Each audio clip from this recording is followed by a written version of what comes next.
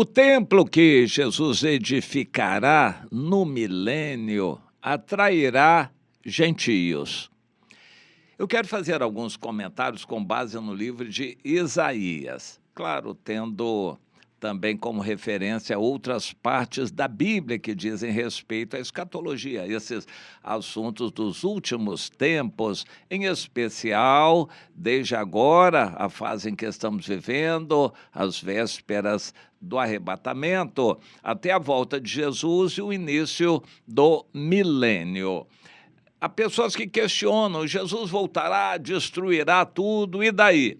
Ele vai reconstruir tudo, junto com os poucos judeus que forem salvos, que se multiplicarão, e ele usará gentios que, por temor a Deus, se aproximarem. Eu tenho alguns entendimentos que no mundo todo, na grande tribulação, vai haver salvação. Pessoas vão ver aquele estrago todo da grande tribulação, pessoas do mundo inteiro, por exemplo, do Irã, Afeganistão, Coreia do Norte, pessoas que estão em países comunistas e países fechados para o evangelho. Essas pessoas que forem salvas, e eu creio que a palavra se aplica a isto, aquele que perseverar até o fim será salvo. A salvação na grande tribulação, para mim, é entrar no milênio. A pessoa conseguir sobreviver, os homens serão mais raros do que o ouro de Ofir, ou seja, serão pouquíssimos os que serão preservados, salvos na grande tribulação. E eu acho que isto é a salvação de Deus na grande tribulação, entrar no milênio. Depois, no milênio, eles vão poder se aproximar de Jesus. Eu vou ler um pouco aqui no livro de Isaías sobre isso, esses gentios. E a igreja verdadeira, os santos de todas as eras que terão sido arrebatados, esses virão com Jesus para reinar no milênio, administrar o mundo para Jesus no milênio. Jesus ficará em Jerusalém, no seu trono. O livro de Isaías é difícil de ser interpretado, mas é de uma mensagem maravilhosa. A guerra do bem contra o mal, e no final o Senhor vai vencer. Deus passa uma grande parte do livro de Isaías denunciando o erro, o pecado da religião deturpada dos judeus e as práticas idólatras que eles tinham e têm até hoje. Israel é um país altamente idólatra em nossos dias, fechado para Jesus e para Deus. Israel é um país altamente pecador, porém, por causa de Abraão, Deus está preservando Israel e vai continuar preservando e dando grandes vitórias a Israel até entrar a grande tribulação. A grande tribulação será principalmente contra Israel, mas até entrar na grande tribulação, Israel vai ser preservado pelo cumprimento das profecias que Deus trará os israelitas para a terra dele e já está trazendo. Bem, não é por merecimento dos judeus, que estão cada vez mais longe do Senhor, e por causa disso vão sofrer a grande tribulação. Mas é para cumprir a promessa de Deus, por causa do nome dele. Então, o livro de Isaías descreve, o primeiro capítulo é um resumo, a pecaminosidade geral da nação de Israel, mesmo tendo uma religião.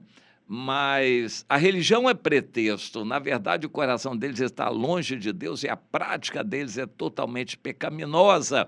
Mas Deus está sempre oferecendo a Israel oportunidade de perdão, oferecendo o arrependimento para que eles se voltem para o Senhor. E Deus vai continuar batendo nessa tecla, continuando a oferecer perdão. A grande parte dos capítulos de Isaías é Deus denunciando o erro, a hipocrisia, a falsidade, a idolatria, a pecaminosidade de Israel. Aí, mais para o final, Deus entra na fase que nós consideramos mais interessante, o chamado aos gentios, aí Deus começa a se abrir. Nos últimos tempos, Deus vai dar oportunidade aos que não eram povo, aos gentios, de virem para o Senhor. E eles vão participar junto com os israelitas, o povo de Deus, de todas as bênçãos que Deus tem para oferecer. O capítulo 53 fala de Jesus, sofredor, como Deus vai usá-lo, e o 52 introduz o assunto. As pessoas vão ficar assim impressionadas, porque eles ficavam com pena de Jesus morto e ensanguentado na cruz, e eles vão ver um Jesus glorioso descendo do céu com poder e grande glória. Eles vão ficar impressionados com isto. E aproveita no capítulo 53 para descrever o que Jesus sofreria, como seria rejeitado, não por fraqueza dele, mas porque ele estava levando os nossos pecados.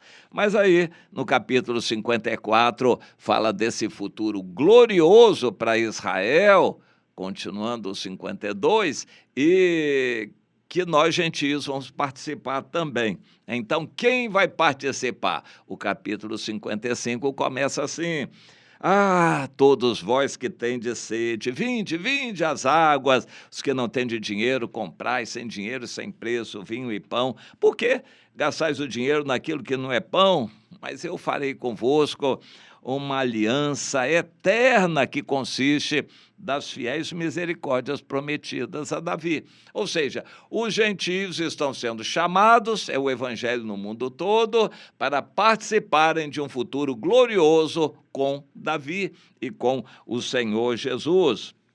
Mas vocês saibam, não é pelos caminhos de vocês, porque os meus caminhos são mais altos do que os caminhos de vocês. Mas vocês procurem a justiça e se justifiquem em Jesus, porque eu, o Senhor, operarei trazendo vocês, gentios, aqueles que, mesmo não sendo judeus, mas que escolherem fazer parte do meu povo, eu vou colocar vocês junto com os judeus, com os israelitas no fim. E então, eu acho muito interessante isso aqui no 56, Isaías 56, o versículo 6, o Senhor diz: aos estrangeiros que se chegam ao Senhor para o servirem, para amarem o Senhor, sendo assim servos seus, servirem o Senhor sendo servos. Essa é a condição do evangelho, ser servo para ter a salvação. Não é religioso, não é interesseiro, não é aceitar Jesus, é se tornar servo para poder ter a salvação. Então o Senhor diz: a esses eu darei a minha aliança e os levarei ao meu santo monte e os alegrarei na minha casa de oração, porque a minha casa de oração será chamada casa de oração para todos os povos. Os gentios que aceitarem o evangelho, se tornando servos de Jesus, também participarão do culto no milênio nesta casa de oração. Assim diz o Senhor, que congrega os dispersos de Israel. Ainda congregarei outros gentios aos que já se acham reunidos. Isso é promessa maravilhosa. Agora nós temos a promessa e morrendo ou sendo arrebatados estaremos com Jesus para depois descermos com ele. Mas no milênio todos do mundo inteiro também vão poder ir adorar a Deus e serão chamados para conhecer a casa de oração para todos os povos e adorarem a Deus também no milênio. Enquanto isso, o capítulo 56 termina de uma forma muito triste. Enquanto isso, Israel continua no pecado, os líderes deles são cegos, são interesseiros e por aí vai.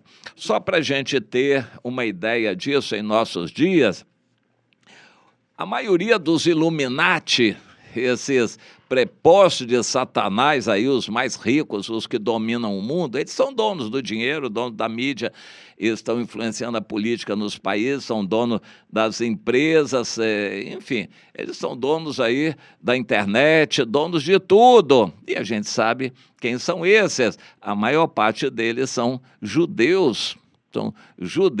E eles estão se entendendo com os judeus de Israel. Houve um movimento de independência, mas isso tudo já mudou. Até a direita em Israel está bem tendente a se entender com esses Illuminati, esses prepostos de Satanás, que são donos do mundo. Eles vão acabar se entendendo ali. Líderes que são gulosos, atalaias cegos, esses o Senhor denuncia aqui, vão continuar assim no seu caminho de pecado. Israel vai aceitar esse anticristo como o Messias deles. O único Messias que eles não querem é esse tal de Jesus. O outro Messias vai fazer toda a vontade dele e nós cremos nisto. Só para ilustrar aqui, eu queria dizer o seguinte: eu creio que a qualquer momento o arrebatamento vai acontecer. Quando acontecer, a Rússia já estará estabilizada ali da situação com a Ucrânia e já dominando aquela região toda até a península da Crimeia, então ela vai descer contra Israel, apoiando Irã, Turquia e Síria, Líbano, todos os países muçulmanos em volta de Israel para invadirem Israel, Gog e Magog, Ezequiel 38 e 39. Isso vai ser repentinamente. E a destruição vai ser repentina, não vai ser uma guerra prolongada, vai ser uma guerra nuclear. A Bíblia diz, os capítulos 38 e 39 de Ezequiel, que a terra de Israel vai ser fortemente sacudida. Nuclear. E nessa guerra nuclear, a Rússia será anulada, destruída, e a China preservada, porque não vai entrar. Mas a Rússia, com os países muçulmanos, serão praticamente eliminados com as bombas atômicas que serão lançadas, e Israel também lutará. Mas Israel ficará muito enfraquecido. E com as bombas atômicas, inclusive sobre Jerusalém, aquele templo, que é uma mesquita muçulmana, será destruído.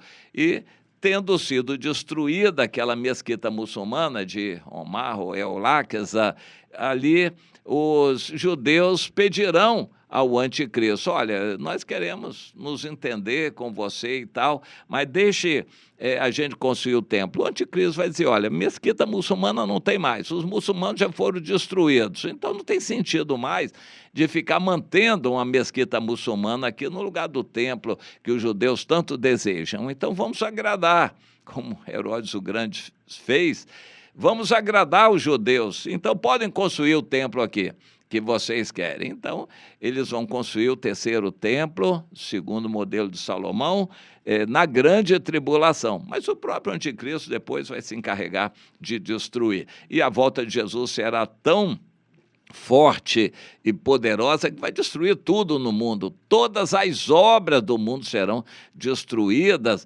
quando Jesus voltar. E aquele terceiro templo também, que vai ter uma duração muito pequena, templo dos judeus, também vai ser destruído. Então virá o milênio, uma fase nova, totalmente diferente no mundo, em que o próprio Jesus, aí sim, vai reconstruir aquele templo, e a glória desse último templo que Jesus vai construir será muito maior do que a glória do primeiro templo de Salomão. Tudo isso está para acontecer brevemente, nós cremos nisto. Então, resumindo essa palavra, Deus fazendo a justiça imperar, os judeus estão tendo oportunidade, vão ser super castigados na grande tribulação, mas a misericórdia de Deus vai salvar a nação israelita, os salvos estarão com Jesus, e no milênio o convite será feito a todos os gentios para virem à casa de oração em Jerusalém, casa de oração para todos os povos, para que a justiça seja conhecida e as pessoas venham aprender com Jesus e os judeus em Jerusalém. Isso é o que diz o capítulo 2 de Isaías. No fim dos tempos, o monte da casa do Senhor será edificado no cimo dos montes, e todos virão e dirão: vamos a Jerusalém aprender os seus caminhos e conhecer a sua justiça. Pois é, isso vai se cumprir logo no início do milênio, quando Jesus vai tomar essa tarefa de construir aquele templo que será casa de oração para todos os povos. Todas essas palavras são inspirativas para nós, palavras de esperança, de gozo e alegria e certeza do cumprimento delas com Jesus. Isso enche o coração do crente de alegria. Isso é suficiente para você, meu irmão, se derramar, se entregar totalmente a Jesus, largar o mundo, deixar as coisas do mundo de lado e viver só para Jesus. Será que você pensa assim?